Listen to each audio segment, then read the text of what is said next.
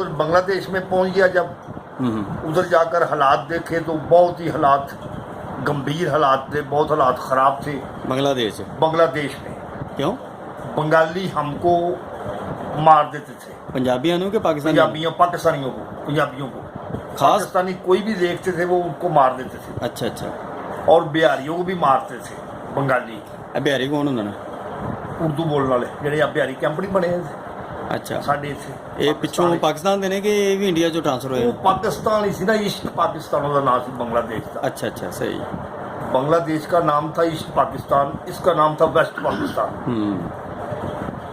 उधर बंगाली लोग हमें कहते थे कि जब आपके भट्टों ने कह दिया है हम इधर तुम उधर, तो ਤੁਸੀਂ ਇੱਥੇ ਕਿ ਲੈਣ ਆਏ ਹੋ? अब इधर क्या लेने आए? ਅੱਛਾ, ਜਿਸ ਤਰ੍ਹਾਂ ਸਾਡੇ ਪਾਕਿਸਤਾਨ 'ਚ ਬੰਦੇ ਟ੍ਰਾਂਸਫਰ ਹੋ ਕੇ ਆਏ ਨੇ ਇੰਡੀਆ 'ਚੋਂ ਇੱਥੇ, ਜੀ ਇੰਜ ਇੱਥੋਂ ਬੰਗਾਲ 'ਚ ਵੀ ਗਏ ਨੇ?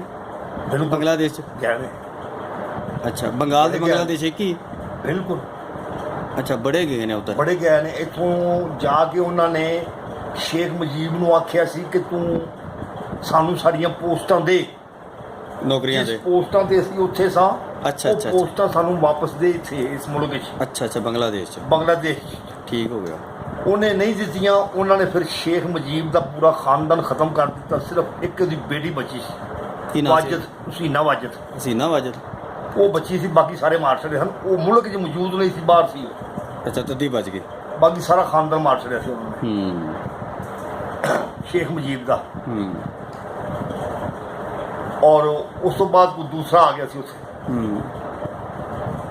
ਪਤਾ ਨਹੀਂ ਜ਼ਿਆ ਸੀ ਉਹਦਾ ਨਾਂ, ਕੀ ਨਾਂ ਸੀ ਉਹਦਾ, ਉਸ ਫੌਜੀ ਦਾ। ਅੱਛਾ, ਉਹ ਆ ਗਿਆ ਸੀ ਉੱਥੇ हुकूमत 'ਚ? हुकूमत 'ਚ अच्छा, सरबराह बन गया ਸੀ। उधर जब हम बांग्लादेश में, हमारा उधर जनरल था पहले, हलाकू खान के नाम से मशहूर था वो।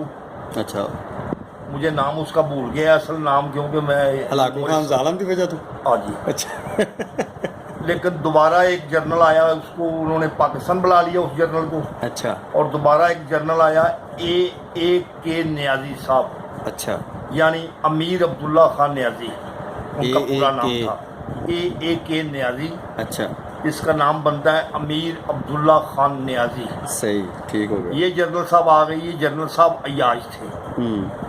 मैंने खुद अपनी आंखों से देखा है MNA हॉस्टल में कि इतनी शराब इन्होंने पी ली एक दिन कि इनको होश नहीं रही। अच्छा। इनको फिर उठाकर हमारे फौजियों ने जीप में बिठाया तो ये अपने घर गए सही। MNA हॉस्टल से। सही। और उधर जितनी देर, 1 साल हम उधर रहे हैं बांग्लादेश में, लड़ते रहे हैं। घोड़ा साल में था मैं। कितना लड़ते रहे? है ना, अवाम नाल ही? अवाम नहीं, इंडियन फौज उधर आ गई थी। अच्छा, इंडियन आर्मी। अच्छा अच्छा। उधर आखिरकार हमारा पास था एक ही हवाई अड्डा और 12 जहाज थे हमारे पास सेबर। तो हवाई अड्डा उन्होंने तबाह कर दिया।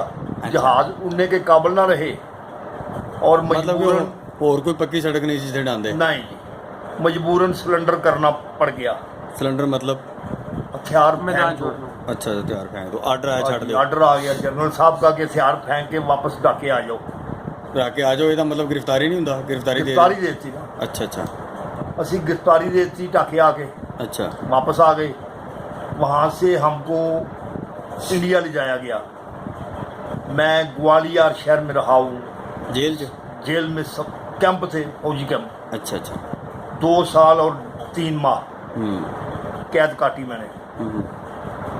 वो कैद की हालात क्या बताने हैं, बहुत ही दुश्मन की कैद का पता ही है आपको क्या होता है।